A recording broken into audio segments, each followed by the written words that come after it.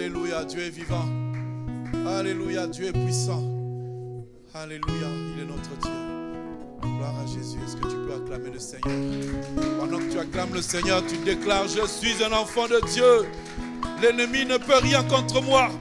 En acclamant, il est en train de fuir parce que moi, quand je parle, l'ennemi s'enfuit. C'est l'autorité du Père qui me dit cela. Merci Seigneur. Merci mon Père. Au nom de Jésus.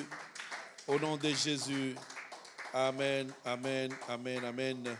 Nous bénissons notre Dieu parce que c'est un Dieu vivant. C'est un Dieu puissant. Amen. Nous prenons l'Écriture. Nous sommes dans Genèse chapitre 27.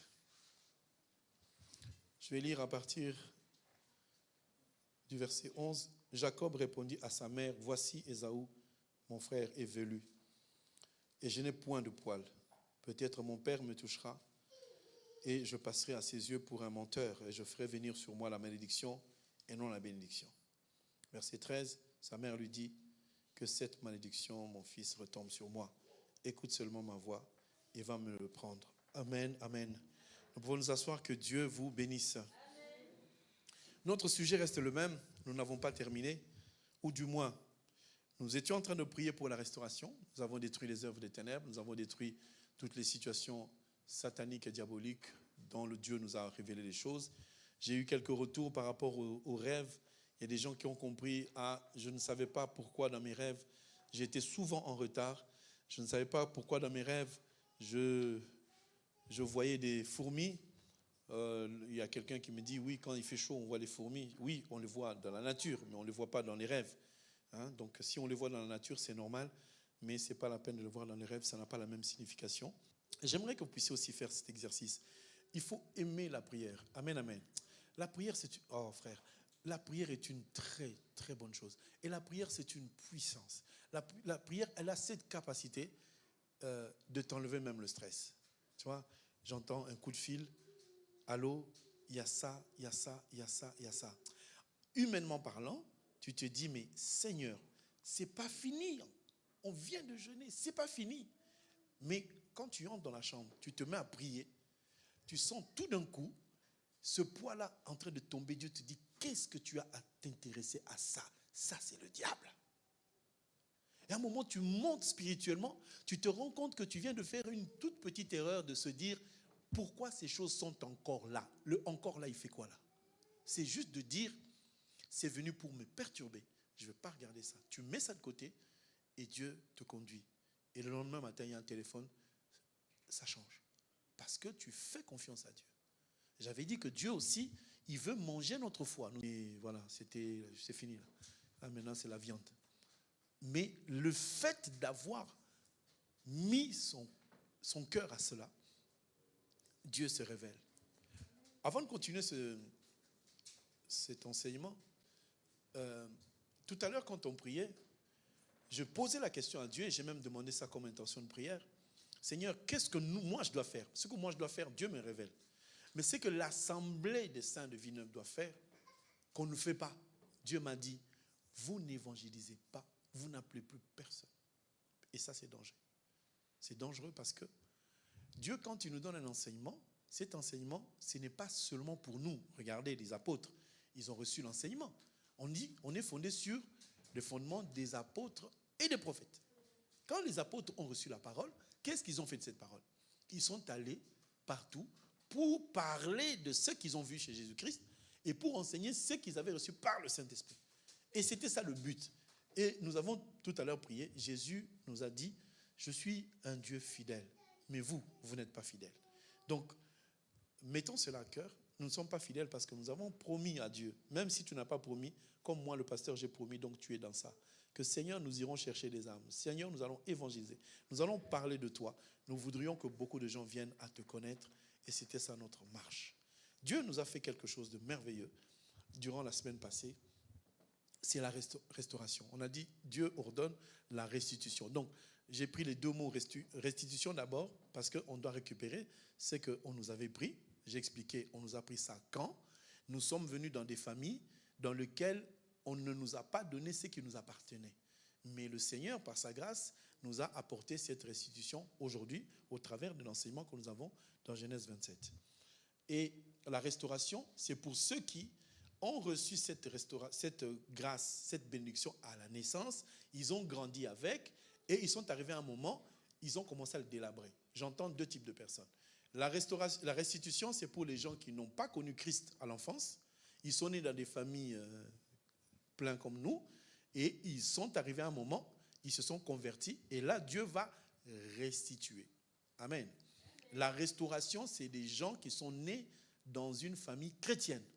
Il est né père et mère chrétiens. Ils ont grandi dans la connaissance de la parole. Ils ont évolué jusqu'à la maturité. Et à un moment, parce qu'on ne peut pas naître enfant de Dieu, on naît d'abord quelqu'un, même si dans la famille il y a la parole, c'est à un certain moment quand l'esprit va s'ouvrir, l'enfant va commencer à comprendre et c'est en ce moment-là qu'on va le restaurer et non pas le restituer. C'est deux choses et deux notions qu'on essaie de comprendre. Alors, j'ai utilisé Genèse 27 pour montrer la restauration et surtout la restitution. Dans la restitution, c'était quoi? C'était que Ésaü est sorti le premier.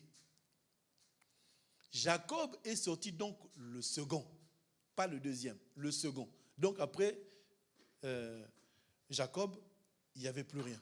Comme on dit, Adam est le premier, Jésus est le second. Ça signifie, après Jésus, il n'y a plus personne.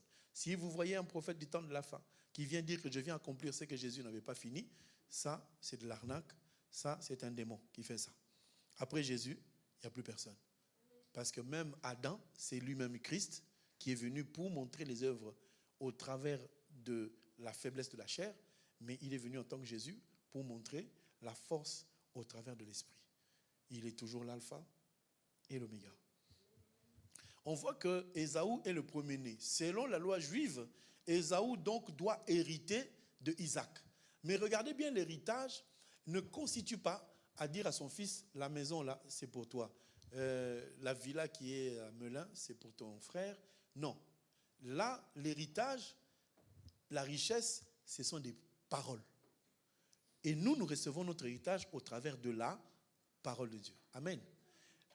À l'époque, quand moi je marchais, quand je vivais la parole, on me disait, Dieu va réaliser des promesses dans ta vie. Et ma question c'était, mais ces promesses-là, je les ai entendues où? Quand est-ce qu'on a prononcé des paroles de promesses que je vais guérir, je vais avancer, je vais évoluer? Donc moi j'attendais de voir un prophète qui entre dans l'église. Toi, il y a ça dans ta vie. Ah, les promesses sont là. Maintenant, je vais vivre en fonction de ce qu'on m'aurait dit. Or, ce n'est pas ça. L'homme ne peut pas voir ce que Dieu a donné. Amen. En tout cas, même si je te révèle que Dieu me dit que tu seras directeur, tu seras riche, je ne vais voir qu'une partie. Mais la totalité de la promesse de Dieu se trouve que dans son secret, à lui. Même toi-même qui vis la promesse, tu ne le sauras pas. Amen, amen. Donc, je crois et je comprends et je vous enseigne que les promesses de Dieu ne sont pas nommément exprimées par la bouche d'un prophète, mais elles sont exprimées par rapport à la parole de Dieu. Maintenant, c'est lui qui croit en la parole, il devient héritier de cette parole puisque nous y croyons. À tous ceux qui l'ont reçu, à tous ceux qui croient en sa parole, la parole leur donne le pouvoir. Donc, tu deviens co-héritier au travers de ta foi et non pas au travers de ton appartenance à l'église. Parce que nous avons deux types de personnes, des gens qui ont la foi et les gens qui appartiennent à Villeneuve.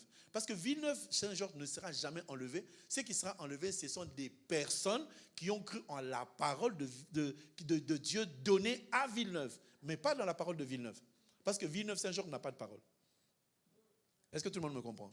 Donc vous n'obéissez pas au pasteur, vous n'obéissez pas aux règles de Villeneuve-Saint-Georges, mais vous obéissez à la parole de Dieu diffusée par l'homme de Dieu. Alors, on m'a posé la question. J'ai expliqué, parce que souvent, on essaie, non, il veut parler de lui. Je n'ai pas envie de parler de moi. Sachez que Dieu, si il veut nous parler de la fidélité, de notre engagement, il veut le faire au travers de son serviteur. Je m'explique. Quand Moïse marchait avec le peuple, Dieu a appelé la loi que Moïse avait donnée, la loi de... Mais est-ce que Moïse avait écrit la loi? Moïse est monté, on a écrit la loi sur des tables. Et on a dit, va donner aux enfants de Dieu. Donc, mais les enfants de Dieu obéissaient à la parole, mais ils appelaient ça la loi de Moïse. Et quand les gens se fâchaient, ils ne se fâchaient pas contre Dieu, mais ils se fâchaient contre Moïse. En disant, Moïse, toi tu nous as dit que, pourquoi toi tu fais ça? Moïse a dit, attendez, je vais aller demander à celui qui m'a envoyé. Moïse demandait, et quand il revenait, il a dit, Dieu a dit, faisons ça, faisons ça, faisons ça. Les gens ont dit, ah, on en a marre. C'est toujours toi qui parles. Est-ce que Dieu parle qu'au travers du pasteur? Non, non, moi je veux que Dieu me parle. Dieu a dit, ok, vous voulez que je vous parle? Lavez-vous, sanctifiez vos vies, venez, moi je vais vous parler. Tout le monde est venu, et tout le monde s'est mis là, devant la montagne.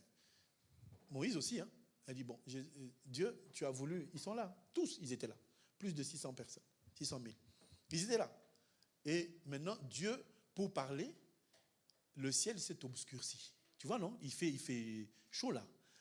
On sort, vous voyez maintenant le ciel qui commence à porter des nuages. Les ténèbres commencent à apparaître. Les éclairs commencent à tomber et les tonnerres. Pouh! Et tu entends là. Donc, c'était horrible. Vous avez déjà vécu dans la tempête de tonnerre? Vous avez déjà vu ça?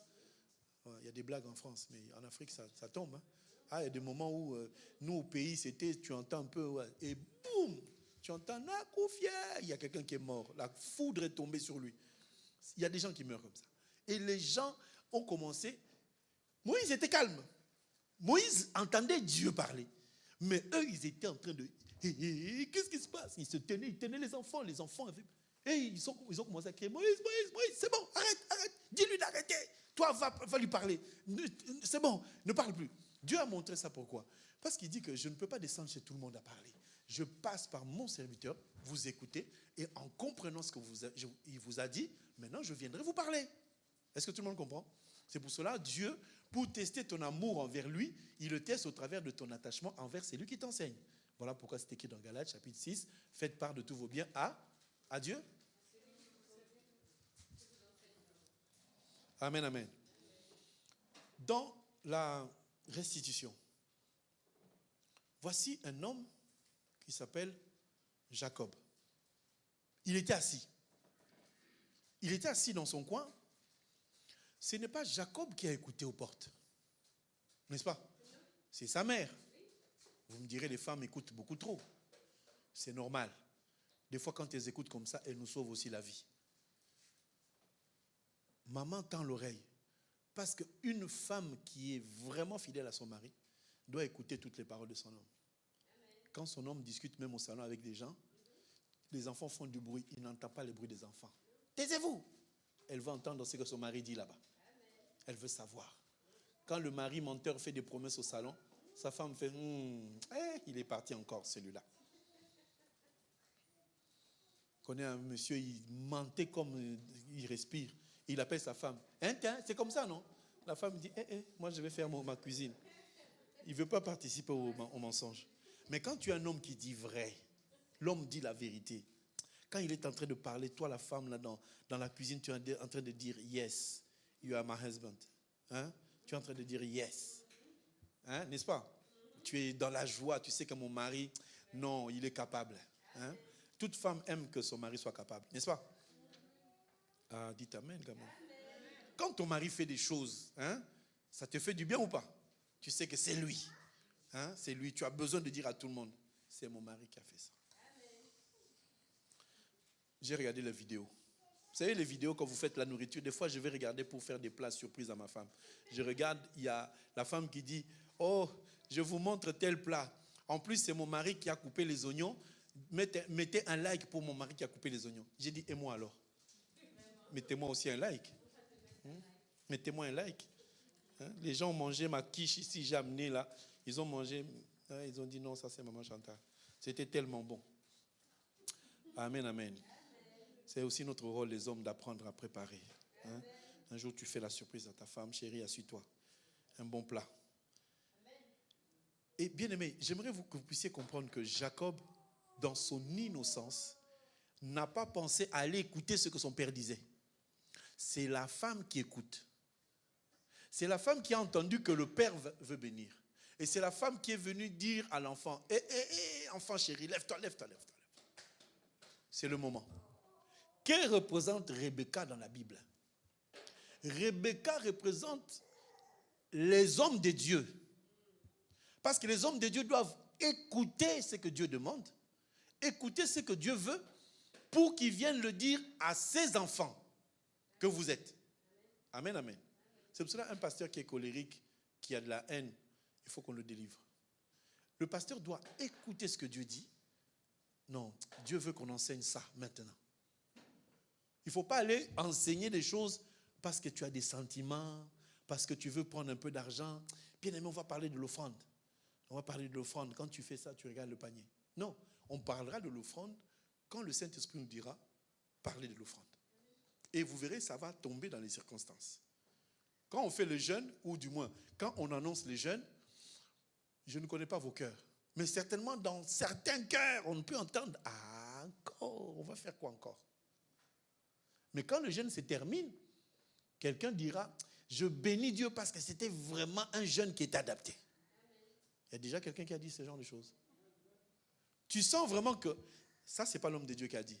La manière dont on a été conduit, la manière dont j'ai vécu ce jeûne, j'ai vu un miracle. C'est Dieu qui a permis.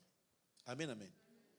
Et si on est attentif, on va aussi discerner que ce qu'on enseigne ces derniers temps, ce n'est pas l'homme de Dieu, mais Dieu veut nous donner quelque chose. C'est-à-dire que quand Dieu nous dit parler de la restitution, c'est que Dieu a vu qu'il y a certaines personnes, ils sont en train de vivre aujourd'hui des choses qui ne leur appartiennent pas. C'est-à-dire que tu devais déjà vivre en 2014 la bénédiction de l'Éternel. Ton mariage était prévu en 2015, ton élévation en 2016. Tu devais déjà être quelqu'un qui a acheté déjà 2 appartements. En ce moment, tu es en train d'aller à Dubaï et de revenir. Mais quand on regarde ta vie, on a l'impression que tu es tout le temps en train de dire, donnez-moi, oh. Est-ce que quelqu'un comprend? Dieu ne veut pas que nous puissions être des gens qui quémandons. Il veut que nous puissions être des gens qui donnons des ordres. C'est-à-dire qu'un enfant de Dieu doit dire, telle chose doit se faire. Telle chose doit arriver parce que moi, enfant de Dieu, je décide au nom de Jésus-Christ. Est-ce que vous comprenez? Parce que nous avons constaté qu'au milieu des enfants de Dieu, beaucoup de personnes sont en train de subir. Oh, je suis malade. Je ne sais pas quand est-ce que cette maladie va se terminer. Oh, moi, je n'ai pas de papier. Je ne sais pas quand est-ce que je serai guéri. Oh, moi, je n'arrive pas à faire ça. Pourquoi il y a des incapacités au milieu des enfants de Dieu alors que Dieu ordonne que tu sois riche? Dieu ordonne la restitution. C'est-à-dire qu'il y a des situations dans lesquelles nous devons invoquer Dieu. Seigneur, nous voulons voir ta grandeur dans cette guérison-là. C'est-à-dire que cette femme est stérile, nous voulons te voir. Mais quand à manger, payer son loyer, s'habiller, ce sont des choses pour lesquelles Dieu a dit, vous n'avez pas besoin de le rechercher comme des païens. Ce sont des choses que Dieu met déjà d'office en nous. Et j'ai dit ceci, le seuil de la richesse n'est pas 1 000 euros. Parce que déjà, vraiment, frère, si aujourd'hui, quelqu'un me dit qu'il vit avec 1 000 euros, c'est qu'il ment. Le minimum qu'un enfant de Dieu peut vivre ici en France, c'est 3 000 euros. 3. Compte tes dépenses, tu verras. Tu es toujours au-dessus de 3 000 euros, mais tu gagnes 1 500. Je ne suis pas en train d'enseigner l'argent. Je suis en train de te dire, si Dieu veut te restituer, ne regarde pas ton salaire. Regarde la vision que Dieu a. Parce que dans la vision de Dieu, Dieu veut que tu ne sois plus en train de te poser des questions sur les choses basiques de l'argent, mais que tu puisses commencer à penser à des choses les plus élevées pour changer le monde. Amen, amen. Nous devons trouver le moyen d'aller à la gare, d'aller dans ce quartier pour ramener des gens à Christ. Mais on va aller les mains vides. Il faut un flyer. Parce qu'il y a des personnes qui ne croient en rien, il faut leur donner. Quand il est pressé, au moins tu lui donnes un flyer. Il va peut-être le jeter, mais il va le tenir. Moi, j'ai toujours dit le principe de M. Aboubakar, c'est que quand on te donne le papier de Maître Aboubakar, si tu le touches, c'est que tu es déjà touché par Aboubakar. Donc la moindre des choses, c'est de dire, toi, Maître Aboubakar, moi, j'ai un Maître au ciel qui est plus grand que lui. Donc par honte, je ne peux pas prendre un papier qu'on me donne. Mais par honte, on peut faire tenir des papiers à d'autres personnes. Parce qu'avant de sortir pour évangéliser, nous allons prendre le temps de prier. Et en priant, nous allons dire à Dieu, nous faisons ce qui est écrit. Il y a la joie au ciel quand une âme se convertit. Nous allons les chercher. Or, il est écrit, Dieu rajoutait à l'église tout ce qui était sauvé. Mais Dieu ne va pas faire pour que les gens viennent. Dieu va nous utiliser, nous, pour que nous puissions aller nous déplacer. Parce que si Dieu pousse des gens à l'église sans preuve, ces gens ne vont pas rester. Est-ce que quelqu'un me comprend? Est-ce que quelqu'un me comprend? Je m'explique. Si tu rencontres quelqu'un, tu es jolie comme une banane, tu parles bien comme une Française. Bonjour monsieur, vous allez bien? Je vais vous parler de Jésus. Tu lui donnes, tu parles. En fait, il te regarde, tu es trop belle. Mais comment tu es trop belle pour parler de Jésus-Christ? C'est qu'il faut que je vienne voir qu'est-ce qui se passe dans ton église. Est-ce que quelqu'un comprend? Au lieu que la fille vienne te dire, on va boire un verre, elle te dit, non, venez pour voir Jésus. Elle dit, mais comment tu es jolie comme ça, tu me parles de Jésus? Il faut que je vienne voir dans ton église comment ça se passe. Vous êtes d'accord ou pas? Amen, amen. Bon, tu descends d'une Mercedes XL 480, j'invente, hein. Donc tu es dans une 4x4 et vitre teintée. Quand tu descends, tu es devant la gare, tu es en train de parler à quelqu'un. Frère, viens un peu. Frère, j'ai à cœur de te parler de Jésus-Christ. Vraiment, que Dieu te bénisse. Viens à l'assemblée.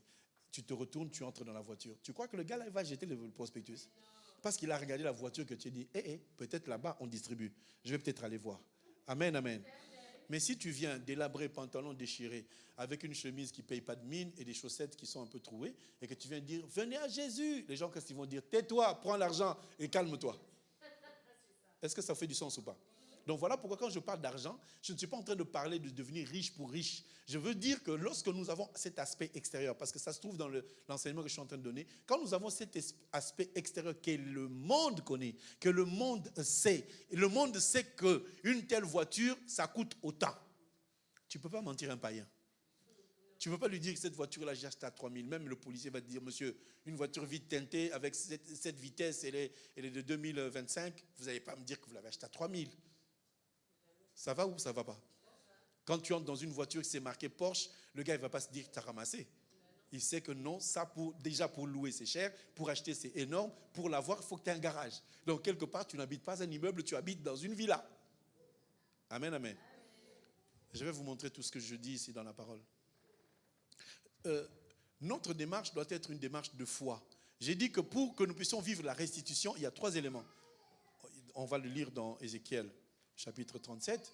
Il y a les nerfs, il y a la chair, il y a la peau. On va les vivre, on va les voir. Mais là, je suis en train d'expliquer la démarche que Rebecca a eue. Je vais la mélanger avec les ossements desséchés. Donc, Rebecca, c'est le serviteur de Dieu, c'est le pasteur qui enseigne. Il doit écouter. En écoutant, il a entendu le père dire à l'enfant, va me chercher. Donc, c'est le temps. Nous devons discerner le temps et les circonstances. Donc là, c'est le temps de la bénédiction. L'homme de Dieu doit déceler le temps de la restitution pour dire à l'église, nous allons enseigner sur la restitution. Et quand on enseigne sur la restitution, bien aimé, je le dis au nom de Jésus-Christ, tu seras restauré au nom de Jésus-Christ. Même s'il y a des sorciers dans ta famille, les plus virulents, quand on mettra la liste des sorciers de la famille du monde, la tienne passe avec mention très bien, même si tu es dans cette famille-là, où on dit que personne n'a réussi, Dieu va te faire réussir pour montrer que la sorcellerie a une limite. Est-ce que quelqu'un comprend? Même s'il y a des sorciers dans ce monde, Dieu fera tout au travers de toi pour que le monde des ténèbres sache qu'ils n'ont pas de pouvoir. Il y a un pouvoir au-dessus d'eux. Quand les gens font des sciences occultes, ils font des expériences, des sorties de corps. Quand ils reviennent, ils sont gonflés d'orgueil en disant « moi, personne ne peut rien me faire ». Mais quand il va aller tester ta vie à toi, tu n'es pas pasteur, tu n'es pas chantre, tu n'es rien. Mais quand les sorciers viennent dans ta chambre, quand ils viennent la nuit pour prendre ton âme et livrer au diable, ils trouvent la mer, ils trouvent l'espace, ils trouvent la grandeur et ils s'enfuient en disant « ça, cet homme-là, cette femme-là, on ne peut jamais la toucher ». Il va demander à son maître. Qui est cet homme que j'ai échoué? On m'a envoyé prendre quelqu'un pour te donner, j'ai échoué. Pourtant, c'est une jeune fille qui marche. Parce qu'il y a une autorité au-dessus des autorités des ténèbres. Est-ce que quelqu'un peut le comprendre? Nous marchons toujours tel que nous marchons. Tu vis comme ça, il n'y a pas la santé. Tu vis comme ça, il n'y a pas l'argent. Mais tu te dis, mais je suis rien. Non, tu n'es pas rien. Tout à l'heure, on était en train de prier. Quand on est allé visiter Jésus, il y avait combien d'étoiles dans le ciel? Une seule étoile. C'était l'étoile de qui? De Jésus. Est-ce qu'il y avait l'étoile de Marie? Est-ce qu'il y avait l'étoile de Joseph? Alors pourquoi vous voulez dire à Sainte Marie, parle, mais elle n'a pas d'étoile. Amen. Rebecca a écouté. Rebecca, c'est l'homme de Dieu qui écoute et qui dit, va, fais ceci. Moi, j'ai aimé le verset qui dit ceci. C'était, je crois, le verset 12. Peut-être mon père me touchera-t-il et je passerai à ses yeux pour un menteur. Je ferai donc venir sur moi la malédiction au lieu de la bénédiction. Donc, l'enfant sait que lorsque on va avec tricherie devant l'homme de Dieu, il y a une malédiction. Amen, amen. Je dis toujours aux gens, si tu es fâché contre le pasteur, ne demande pas qu'il prie pour toi. Ce n'est pas qu'on on veut pas que vous priez pour vous. Si, on prie. Mais le malheur, c'est de savoir que quand quelqu'un a quelque chose contre l'homme de Dieu, tu critiques l'homme. Je ne sais pas, tu es chez toi, tu critiques l'homme de Dieu. Oh, ce pasteur-là, j'en ai marre. Quelle église comme ça. Le jour où tu es malade, quand tu viendras pour qu'on prie pour toi, les mots que tu as prononcés vont te condamner.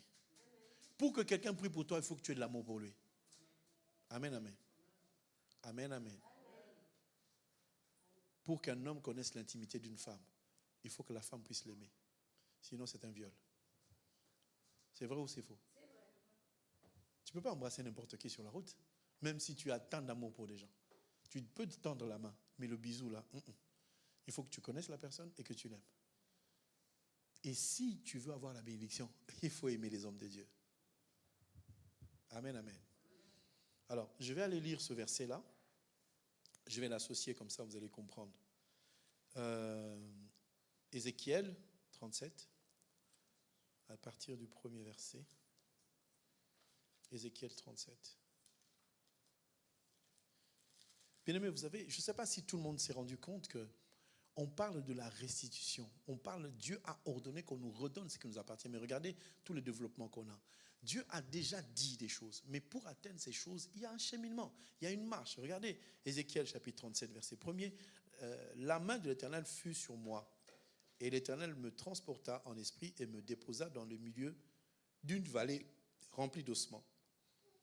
Il me fit passer auprès d'eux, tout autour, et voici, ils étaient fort nombreux à la surface de la vallée, et ils étaient complètement secs. Retenez cela, les ossements étaient, mais complètement secs. Verset 3, il me dit, fils de l'homme, ces eaux pourront-ils revivre? Et répondit, Seigneur éternel, tu le sais. Il me dit, prophétise sur ces eaux, et dis-leur, ossements desséchés, écoutez la parole de l'Éternel. Ainsi parle le Seigneur l'Éternel à ces eaux. Voici, je vais faire entrer en vous un esprit et vous vivrez. Verset 6. Je donnerai des nerfs, je vous ferai croître sur vous 2 la chair, je vous couvrirai 3 de peau. Je mettrai en vous un esprit et vous vivrez et vous saurez que je suis l'Éternel. Dieu parle, il parle de 3 éléments. Lieu saint, lieu très saint et le parvis. Dieu parle des nerfs, il commence à l'intérieur. Il parle de la chair que les gens ne voient pas, mais il parle de la peau que tout le monde voit. C'est pour cela que quand je te parle de la peau, c'est que la peau, c'est la partie que nous voyons, c'est que Dieu veut aussi que ça soit restauré. Ce n'est pas simplement de dire, oui, bon, on est des enfants de Dieu, de toute façon, je n'ai pas l'argent. Dieu a dit, nous sommes des pauvres. Pauvres en esprit, mais pas pauvres dans la chair. Parce que si je suis pauvre, quand je vais voir un riche, au lieu d'écouter la parole, il va me donner un billet de 100 €. Vas-y, je n'ai pas besoin de te voir. Mais si je viens, il a, moi j'en ai. Il fait, moi aussi je fais. Il achète, moi aussi j'achète. Quand je lui parle de Jésus, il va me regarder en disant, ah ouais, bon. Si tu as l'argent, on te respecte. Si tu n'as pas l'argent, même dans la famille, on ne t'appelle pas. Quand il y a des réunions de famille, on dit, qui? Annie, elle n'a rien, il ne faut même pas l'appeler. Et quand tu vas réclamer, vous faites des réunions de famille, vous m'appelez pas, mais si on t'appelle, tu vas dire quoi? Quand on fait la cotisation, toi tu donnes 5 €. Alors que quand on fait la cotisation, quand on dit c'est combien par chacun, oh c'est 200 €. Ah dis, moi je donne 1000. Comme ça, à la fin de l'histoire. C'est comme ça. Moi j'ai vécu, pardonnez-moi de parler de moi, c'est pas bien, mais vous allez me supporter, c'est pas grave. Moi quand je grandissais, quand il y avait des deuils en famille, je ne connais pas la cotisation. J'ai connu la cotisation ici. C'est ici que j'ai appris. Ma femme qui me dit, il faut faire la cotisation. Je dis, quoi, la cotisation? Je ne sais pas ce que c'est. C'est que quand il y avait un deuil, mon père disait, le deuil, vous voulez que ça soit, vous mettez le deuil ici, voici l'argent du deuil. Point barre.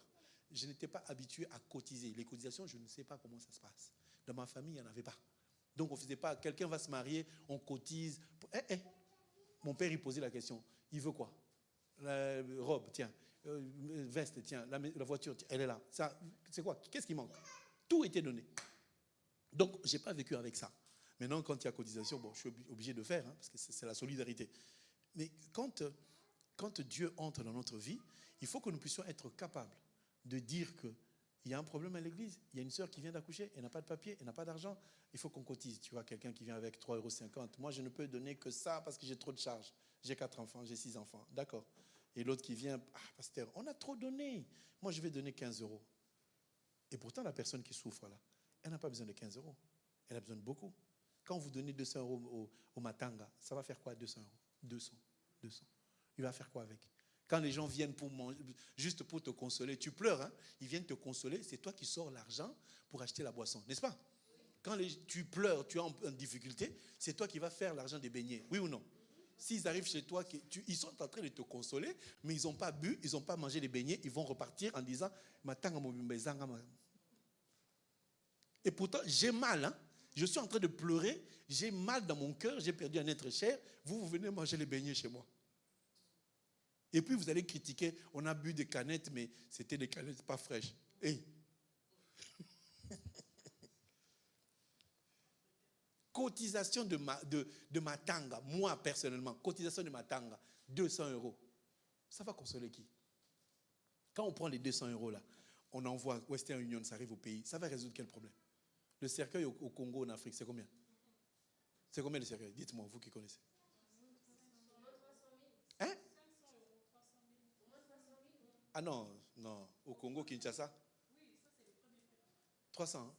Pour enterrer, c'est 1500. Bon, cercueil, enterrement, solution, 2000 $.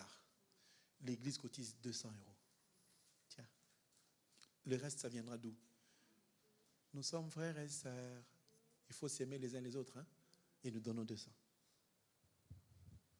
Si parmi nous, il y a quelqu'un qui a quelque chose, en disant, vous avez donné 200. Arrêtez. Tiens. Sœur, prends 1000. Parce que là-bas, là, ça va parler. Quand ça arrive au pays, on va dire vraiment, le deuil de quelqu'un qui a quelqu'un quelqu'un en Europe, vous allez l'enterrer où? Vous voyez un peu? Bon, vous dites non, le Seigneur a dit. Il est en Afrique, vous êtes en Europe. Quelqu'un meurt en Afrique, vous envoyez 200 € pour faire quoi? Les gens de l'Afrique diront, n'a-t-il pas un frère en Europe? Oui ou non? Amen, amen.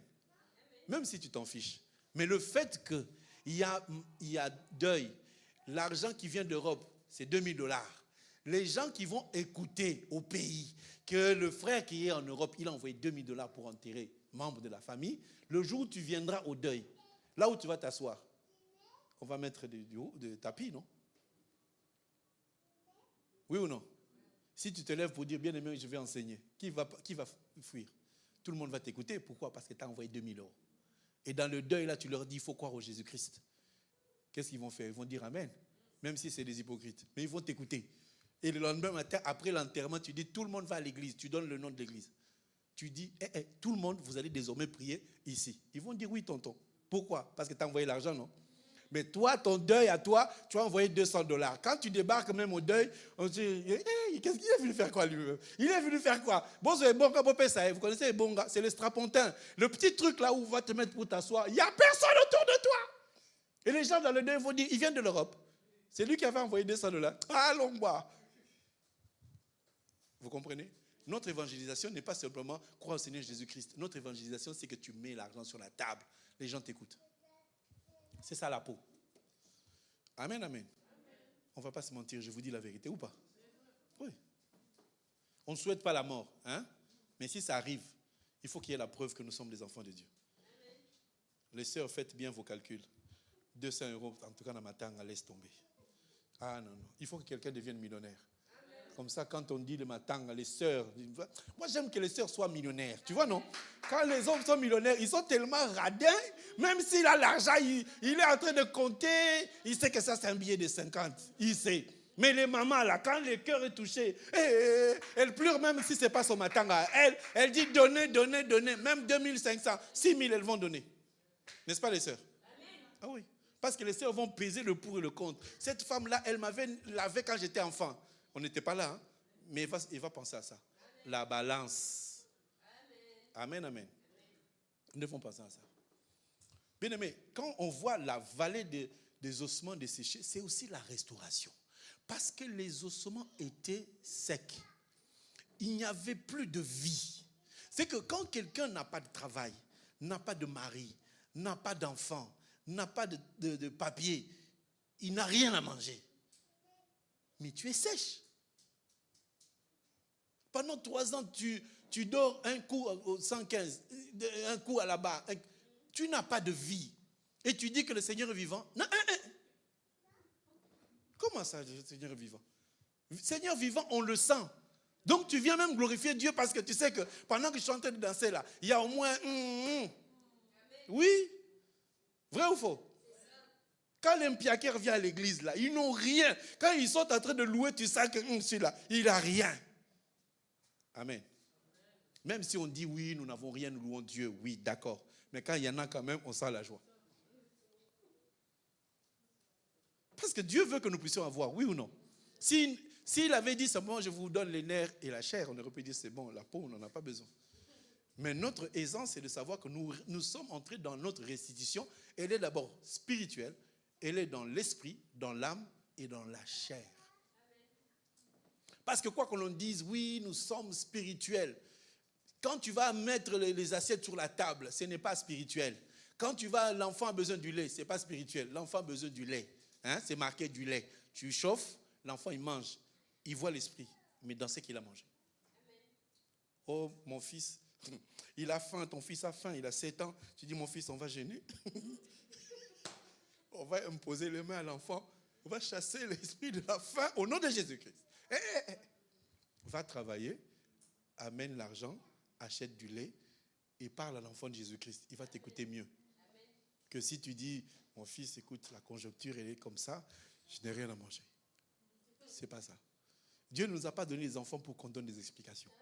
Quand l'enfant dit, papa, j'ai besoin de pain, maman, j'ai besoin de temps, il va demander à qui? Si tu ne donnes pas à l'enfant, il devient le cosso chez les autres. Si tu ne donnes pas à ton enfant, un jour, le voisin passant par là lui dira, ma chérie, je te vois, tu n'as pas de basket. Tiens, je vais t'acheter. Non, maman ne voudra pas. Bon, toi-même, tu vas acheter. L'enfant, il prend l'argent. Il va dire à sa mère. La mère ne donne jamais. Quand toi, tu ne donnes pas à ta fille, et quand il y a quelqu'un qui lui donne, qu'est-ce qu'elle fait? Elle met dans sa poche. Quand il se voit à la récré, quand il se voit à la fac, chacun sort un billet, ils achètent, ils mangent. Et ta fille n'a rien. Il va regarder les autres. Mais on va la séduire. Il faut que Dieu te donne l'argent, qu'à un moment, tu fasses des virements sur le compte de tes enfants. Quand au moins ils vont à l'école, il sait que la carte est là, j'ai mis, mon père, il a mis quelque chose. Vrai ou faux? Oui. Sinon, ta fille, quand on lui propose 50, elle prend. 100, elle prend. Elle va prendre même ce qu'il ne faut pas prendre. Alors, j'ai lié la vallée des ossements desséchés avec Jacob. Parce que Jacob avait aussi 3 éléments. Il fallait que Jacob porte des vêtements, c'est ça la peau, qu'il porte la peau, c'est ça la chair, et qu'il ait aussi l'odeur, c'est ça les nerfs. Mais je suis en train maintenant d'expliquer que Rebecca, quand on lui dit que si je trompe mon père, j'aurai la malédiction. Rebecca a dit que la malédiction tombe sur moi. Il y a 2 choses. La première des choses, de manière prophétique, c'est que Jésus a accepté la malédiction sur lui pour que nous puissions être sauvés. Amen. Vous comprenez? Deuxième chose qui concerne la restitution, c'est que Rebecca était dans la dimension de la restitution parce que avant que Jacob ne prenne le droit d'aînesse d'Ésaü, avant que Jacob ne puisse usurper la bénédiction de son frère, maman savait déjà que Dieu avait prophétisé qu'à la sortie des enfants, le plus petit va dominer le grand. Donc, Rebecca, en ayant l'œil prophétique, a compris que le temps de la bénédiction, c'est le temps où son petit va dominer sur le grand. Vous avez compris? Romains, chapitre 11, verset... Romains 11, 25, je pense. Romains 11, 25 nous dit ceci. « Car je ne veux pas, frères, que vous ignoriez ce mystère, afin que vous ne vous regardiez point comme sages, c'est qu'une partie d'Israël est tombé dans l'endurcissement jusqu'à ce que la totalité des païens soit entrée. Et ainsi, tout Israël sera sauvé, selon qu'il est écrit, le libérateur viendra de Sion et il détournera de Jacob les impiétés. C'est que cette prophétie se rapporte à la période où Isaac a dit à Ésaü, va me chercher du gibier.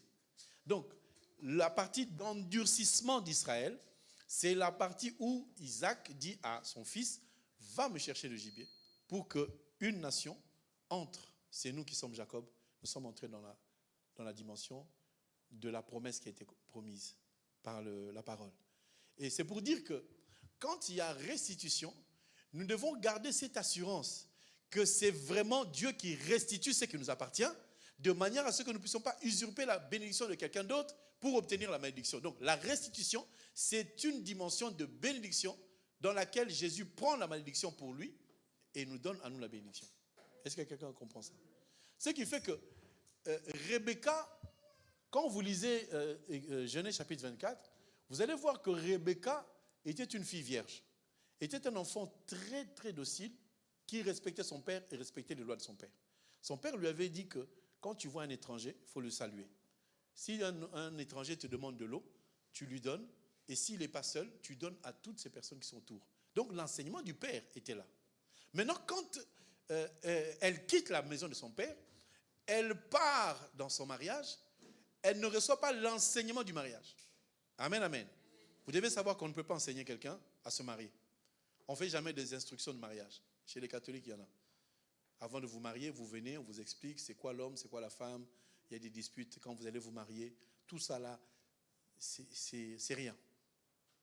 Même si on fait asseoir les sœurs à l'église, tirez leurs oreilles. Quand vous allez vous marier, faites ci, faites ça. Ils vont oublier. Tout ce qu'on peut te donner comme conseil, tu vas oublier. Amen. Mais quand tu seras en face du problème, c'est là que tu vas te souvenir. Et c'est là que Dieu va te donner ton expérience personnelle. Parce qu'on peut rassembler les gens, leur dire, dans le mariage, il y a ceci. Dans le mariage, tout ce que nous allons vous dire, c'est mon expérience à moi. Mais dans ton mariage, ça ne sera peut-être pas pareil. La preuve, c'est que la dernière fois, on avait dit, nombre d'années de fiançailles, c'est combien? Tout le monde était d'accord pour 6 mois. Oh, comment Coca-Cola? C'était 3 mois. On avait dit 3 mois. C'est-à-dire, vous vous rencontrez en janvier, en mars, avril, vous êtes déjà mariés. Ne nous ramenez pas au nom l'an prochain à la même époque. C'est du tic au tac. Tu la vois, elle te plaît. Allez, c'est parti. On célèbre, vous partez. Mais ça, c'est mon expérience personnelle.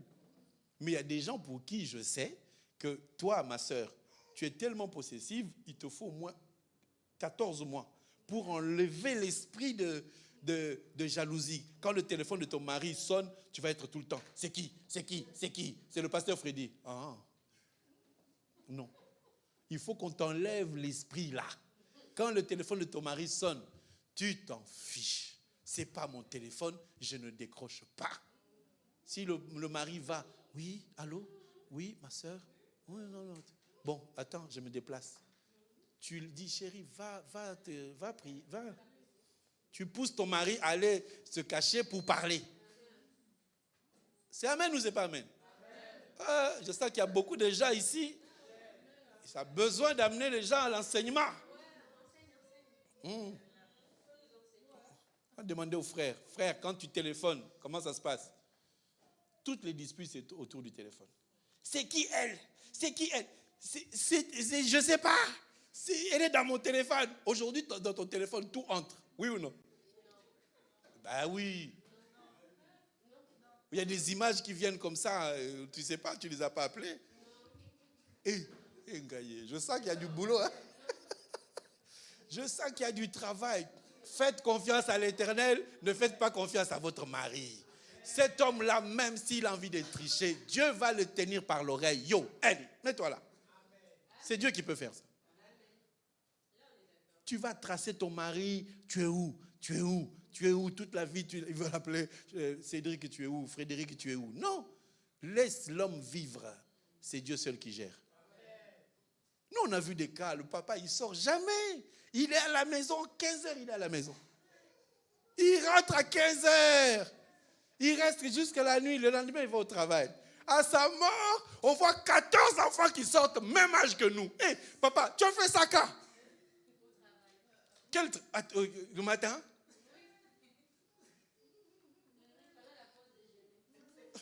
Pause déjeuner en Europe. En Afrique, il n'y a pas pause déjeuner. Oh, et papa, il est toujours à la maison, sérieux, les habits bien repassés, il rentre à la maison. Tout le monde sait qu'il est 17h, le papa, il est là. Ça, c'est un papa sérieux. Même tous les enfants, la maman sort, vous voyez, il faut être comme ce papa-là. C'est la cuisinière du midi, les enfants. Il ne faut pas être jalouse. Amen. Je chasse la jalousie au nom de Jésus. Les hommes dans cette assemblée sont sérieux.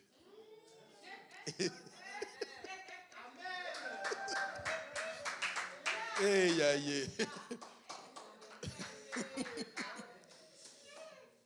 Ah, j'invoque l'Éternel en tout cas. Hey, je dis que les hommes dans cette assemblée sont sérieux. Les sœurs disent que non.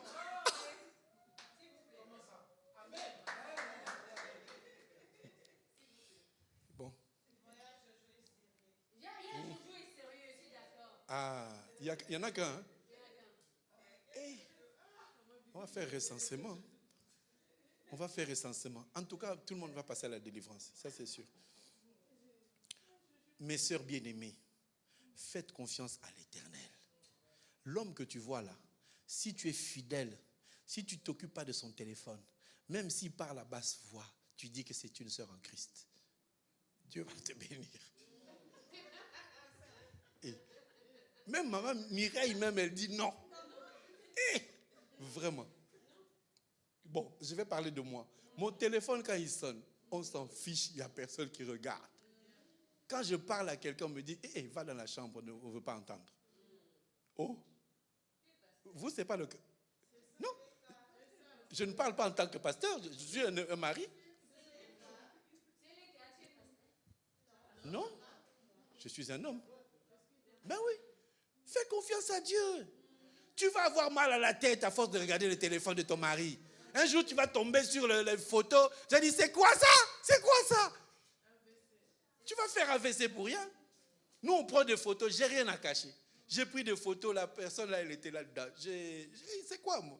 Oh, Nani, c'est une sœur. Regarde comment elle me regarde. Ah, la restauration, c'est difficile. Hein? Dieu te dit, je vais te restaurer. Tu dis, on va vérifier le téléphone ensemble. Faites confiance à l'Éternel. Il ne faut pas aller chercher. Tu étais où? Avec qui? Comment tu peux rentrer à cette heure-ci? Vraiment. Est-ce qu'on a envie de tricher? Non. En tout cas, moi, je crois que les hommes ne trichent jamais.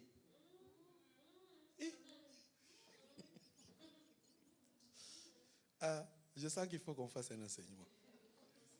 Il faut qu'on enseigne.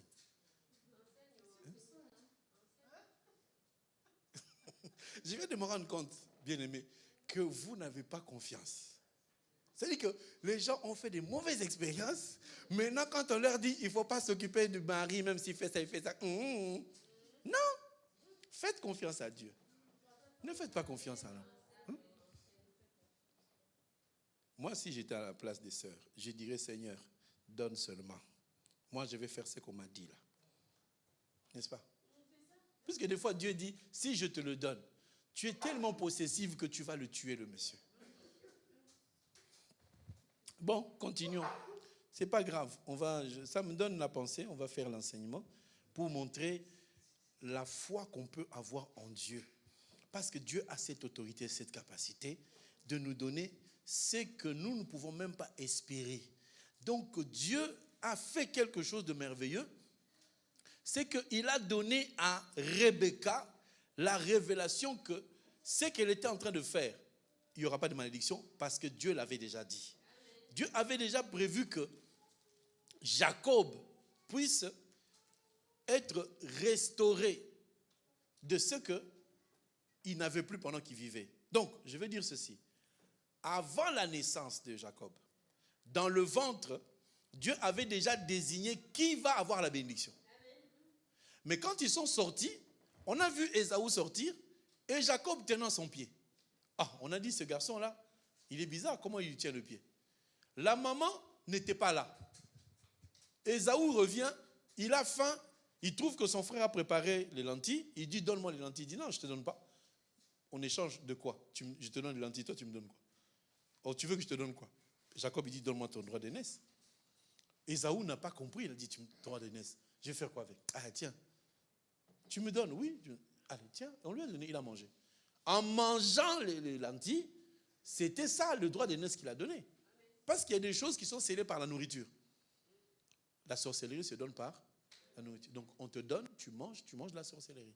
Il y a des choses, moi je vous dis que j'avais reçu un prophète qui était prophète, pasteur, je ne sais pas quoi, 15 000 titres. Lui, il avait les 9 dons, il avait les 14 ministères, je ne sais pas. Il est venu déclarer plein de choses. J'ai dit, est-ce qu'il y a du coca? On dit quoi faire? Il dit, donnez-lui du coca. Parce que quand un prophète finit de prophétiser, donnez-lui quelque chose à boire. J'ai pris le verre. Pendant que je tenais le verre, je dis, Seigneur, cet homme va boire ce verre en ton nom pour que tout ce qu'il a dit, si c'est vrai, ça va s'accomplir. Lui n'a pas entendu, moi j'ai parlé. Je lui donne le verre, il prend le verre, il boit. Il a disparu, ce monsieur-là. Aucune de ses prophéties ne s'est réalisée parce qu'il n'était pas prophète du tout. Donc il était venu pour égayer la nature, pour qu'on le prenne et qu'il donne aussi des enseignements. C'était à Nice, ce n'est pas ici. Donc quand quelqu'un prophétise et qu'on sent qu'on n'est pas dans la voie du Seigneur, on lui donne quelque chose. Donc quand Ésaü mange le plat, il a déjà mangé scellé le droit d'aînesse qu'il a perdu. Maintenant, la maman n'était pas là. La maman ne savait pas. Ça, c'est physiquement. Mais spirituellement, la maman savait que le droit d'aînesse se trouvait sur Jacob et non pas sur Ésaü. Comme nous avons lu que Dieu avait déjà mis le droit d'aînesse sur nous, même si nous sommes sortis les deuxièmes. Mais nous sommes toujours en train d'attraper le pied d'Ésaü. Dans quel sens? Parce que la loi que porte Ésaü, c'est la loi que nous soutenons. Amen. On dit quoi? Qui sont beaux les pieds de ceux qui annonce l'évangile. Donc quand on tient le pied d'Ésaü, on montre que nous aussi, nous enseignons la parole de Dieu, mais au travers de la main, c'est-à-dire les 5 doigts, qui est les 5 ministères. Vous comprenez?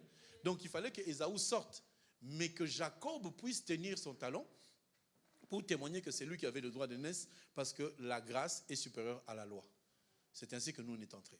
Mais dans l'absolu, quand on parle de la restauration, vous comprenez que quand la maman prend la résolution de dire à son fils, viens, donne-moi les chevreaux, donne-moi ceci, c'est que la restauration se fait aussi selon ce que Dieu nous a déterminé. Regardez, qu'est-ce qu'il a dit?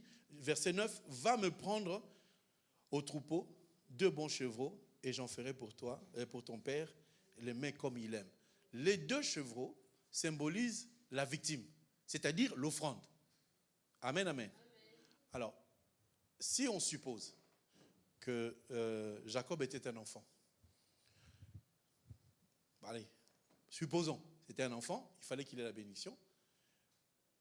Maman, sachant que l'enfant est tout petit, je pense que maman aurait pu aller elle-même chercher les 2 chevreaux, leur couper la tête et puis offrir. Mais qu'est-ce que la maman a dit? Va me chercher 2 chevreaux et je préparerai. On comprend que Jacob est allé lui-même prendre l'offrande et qu'il a immolé, c'est-à-dire qu'il a égorgé, il a enlevé la peau et il a pris la viande, il a donné à sa mère pour qu'elle prépare. Est-ce que ça fait du sens? Parce que lorsque nous vous enseignons, c'est pour que vous-même vous puissiez aussi pratiquer. Vous puissiez égorger le chevreau afin que le sang qui coule, vous puissiez en être conscient.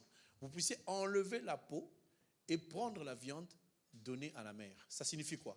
Ça signifie que quand je t'enseigne, c'est toi qui dois prendre la parole, l'appliquer sur toi pour que le vieil homme meure. Amen. Par exemple, tu pratiquais l'impudicité. Quand je t'enseigne, arrête l'impudicité, tu vas prendre l'agneau, c'est-à-dire que tu te prends toi-même, tu te sacrifies, tu arrêtes l'impudicité par la mort du vieil homme. Et tu offres ce sang pour le sacrifice de ce que Dieu est en train de t'accorder à aller au ciel. C'est ainsi que pour sortir de l'Égypte, il a fallu qu'on égorge un agneau ou un chevreau, mettre le sang sur les linteaux, sur le poteau, pour qu'il puisse sortir. Donc on comprend que Jacob a pris l'agneau, il l'a offert et le sang de cet agneau l'a couvert. C'est ça le baptême de Jacob. Ça fait du sens à tout le monde ou pas? Parce que dans la Bible, tout le monde a été baptisé. Adam a été baptisé. On a baptisé Adam. On a baptisé Moïse. On a baptisé tout le monde. Mais à quel moment on a baptisé Jacob? Jacob, on l'a baptisé quand il a offert l'agneau. Donc il a égorgé. Le sang qui est le symbole de l'eau, du baptême, c'est ce qui a permis à cet homme d'être revêtu de sang pour qu'il devienne invisible aux yeux de tout le monde des ténèbres et la malédiction ne l'atteindra jamais. Et maintenant, c'est cette même peau que la maman va prendre pour les déposer sur les mains. Mais avant tout, Jacob est allé prendre les vêtements et apporter à sa mère et qui fit un mets comme son père aimait. Ensuite, Rebecca. Regardez bien. C'est verset 15. Regardez. On a dit que Jacob était une grande personne, n'est-ce pas? Parce que quand Jacob a quitté la maison, il est allé tout droit pour se marier. On ne peut pas se marier à 15 ans. Donc il était un peu âgé pour se marier, n'est-ce pas? Verset 15, c'est écrit quoi?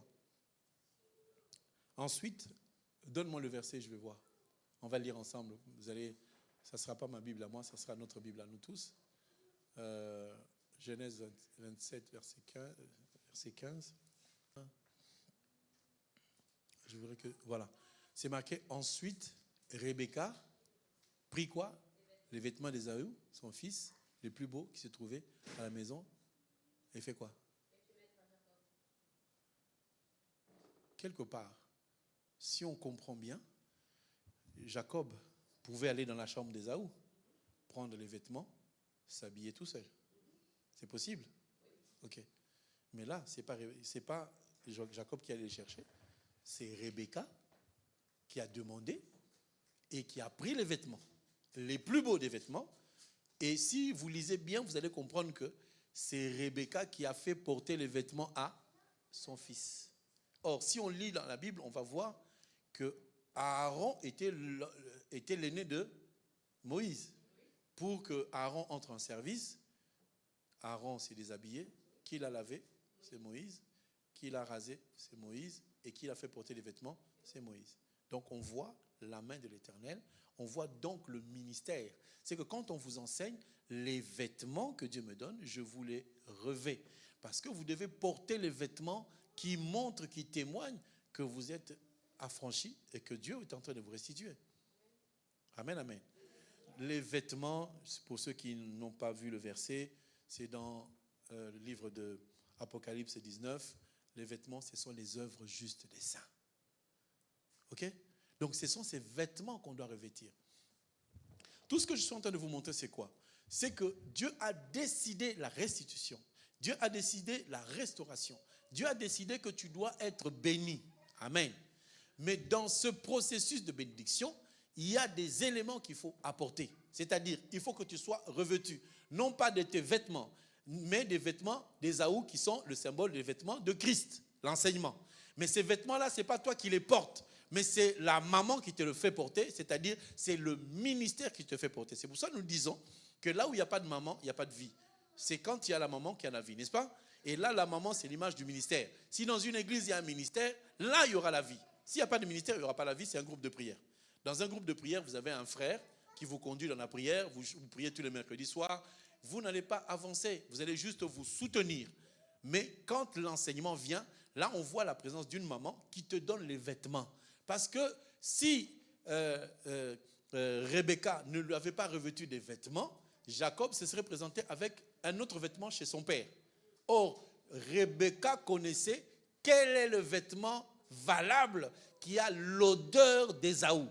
Ésaü avait plusieurs vêtements. Mais parmi ces vêtements, il y en avait un. Amen, amen. Je ne sais pas chez vous, mais moi je sais que dans mes vêtements-là, j'ai la base. Ces vêtements-là, quand je porte, je sais que ça, là, il n'y a pas de faille. Hein? Il n'y a pas de je mets l'épingle pour que ça tienne, je mets ceci pour que... Non, quand je porte, c'est en entier. Je sais que je vais partir, je vais revenir sans défaut. Amen, amen. Si vous n'avez pas ce genre de vêtements, c'est que vous êtes bien mieux que moi. Mais sachez que chaque personne a un vêtement de base. Et après, quand les frères disent, frère, on va risquer de t'appeler Versace. Ça là, tu as porté le dimanche passé, tu as porté encore. Mais vraiment, c'est sa base. Il sait que quand il porte ça, il se sent bien. N'est-ce pas? Mais là, c'est la dimension de dire que Dieu a ordonné la restitution. Amen. Est-ce que tu crois que Dieu t'a ordonné la restitution? Est-ce que tu crois que Dieu a déjà donné l'ordre pour qu'on te donne ce que tu as besoin? Alors, mais Dieu te dit, pour que ce que moi j'ai décidé qu'on te donne, j'aimerais que tu sois habillé. Amen, amen. Dieu veut que tu sois habillé. Pourquoi? Pour que la gloire et l'honneur reviennent à Christ. Qu'on ne dise pas, oui, malgré qu'il avait ses vêtements à lui, c'est passé quand même. Non, il faut que ce soit les vêtements de Christ. C'est pour cela que je dis à tout bien-aimé qui a participé à ce programme, en disant, Dieu nous a restitué, c'est bon, on n'a plus rien à faire, c'est bon, on va danser, te lier, on va continuer à vivre. Non, maintenant nous entrons dans le processus de la réalisation de ce que nous avons comme promesse. J'ai dit mercredi, nous ne sommes plus dans les temps de promesses, c'est fini. On a déjà reçu des promesses. Amen, amen. Moi, je ne prie plus pour que Dieu me donne une promesse. Je prie pour voir. Je prie pour toucher. Il n'est plus besoin de « Non, Seigneur, quand tu voudras. » Même ton fils, tu lui dis « Tu veux tes vêtements maintenant? » « Non, maman, quand tu voudras, tu me donneras. » Si l'enfant dit « Non, maman, donne maintenant. » Tu dis « Non, non, ce n'est pas le moment. » L'enfant va vouloir ça aujourd'hui. Les jouets de décembre, là. Si tu lui dis, j'ai acheté des jouets pour vous, il ne faut même pas le dire. Si tu dis, j'ai acheté des jouets pour la fin de l'année, et c'est ça, tu dors plus. On les veut maintenant. C'est pour cela, aujourd'hui, frère, nous devons dire à Dieu, tu nous as dit quoi? Tu vas restaurer, non? Tu vas restaurer, non? Donc, non, on ne va pas attendre décembre. Pardon. Si vous voulez attendre décembre, attendez. Moi, c'est maintenant. Amen. Nous allons être restaurés maintenant au nom de Jésus-Christ. C'est maintenant que nous voulons voir. Oh non, ça va venir dans peu de temps. Quel peu de temps? C'est déjà le temps, oui ou non? 2014, on avait des promesses. 2015, on avait des promesses. 2018, on est entré même en Corona. On est sorti. Non, Seigneur. Non. Même moi-même, je ne suis pas d'accord. C'est maintenant qu'on veut avoir ce que tu nous avais promis. Le temps de la promesse est terminé. Nous entrons maintenant dans le temps de la réalisation. Qui nous promettent maintenant autre chose. Après nous avoir donné ce qu'il avait déjà promis. Amen. Donc, il faut que tu fasses cette prière-là. Je marche, tu veux des vêtements, porte, donne-moi les vêtements, je vais porter. Tu veux que je fasse quoi? La peau, je vais mettre la peau. Mais ce n'est pas demain. Aujourd'hui, on doit commencer à compter. On doit commencer à vivre. Il y a aussi un moyen, tu as aussi la carte bleue, tu commences aussi à mettre la carte bleue. Tu vois aussi 20.000. Ah bon, il y en a. Il y a un moment aussi, il y avait un dossier qui était en train de tourner à gauche, à droite. Tu vois maintenant un mail qui arrive, madame, votre dossier de la préfecture nous est favorable et on va vous répondre dans peu de temps. Vous viendrez chercher votre carte d'identité. Et là, tu dis, oui, c'est en train de se faire. Oh non, mais j'ai fait un dossier pour acheter la maison, je vois ça va à gauche, à droite. C'est terminé.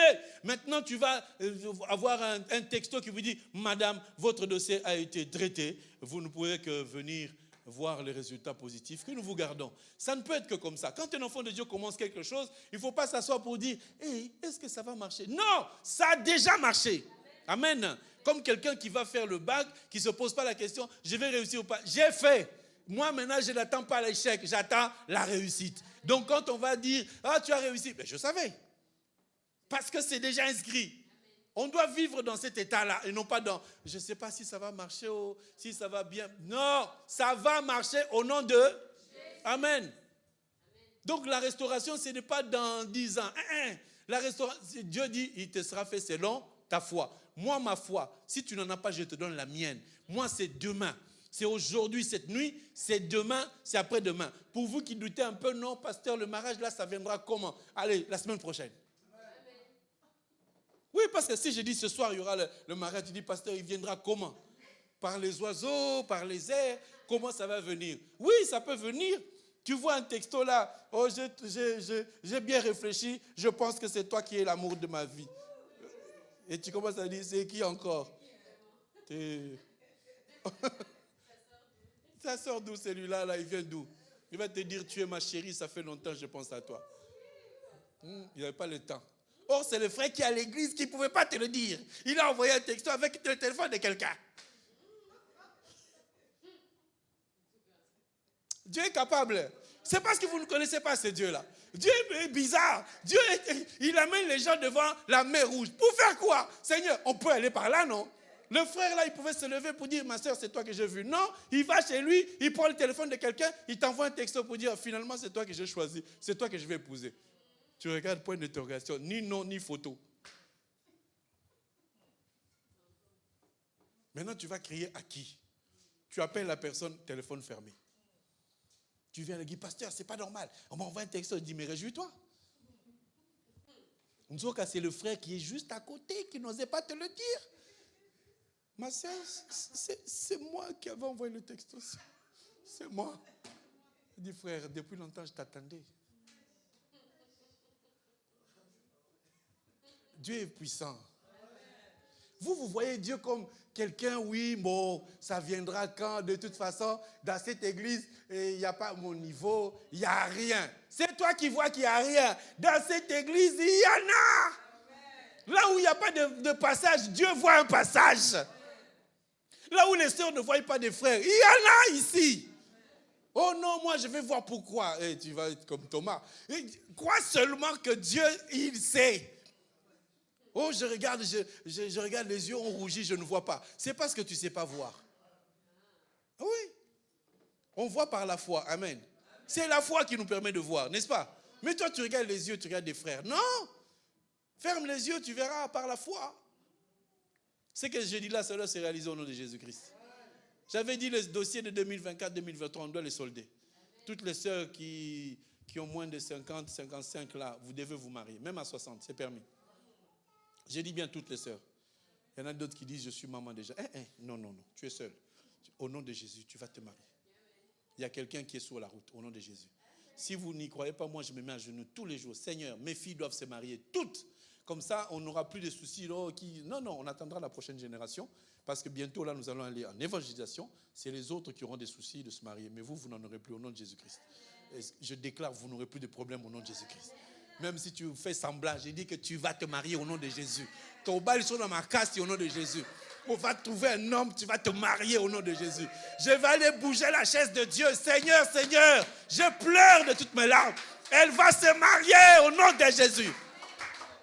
Les frères, réveillez-vous aussi.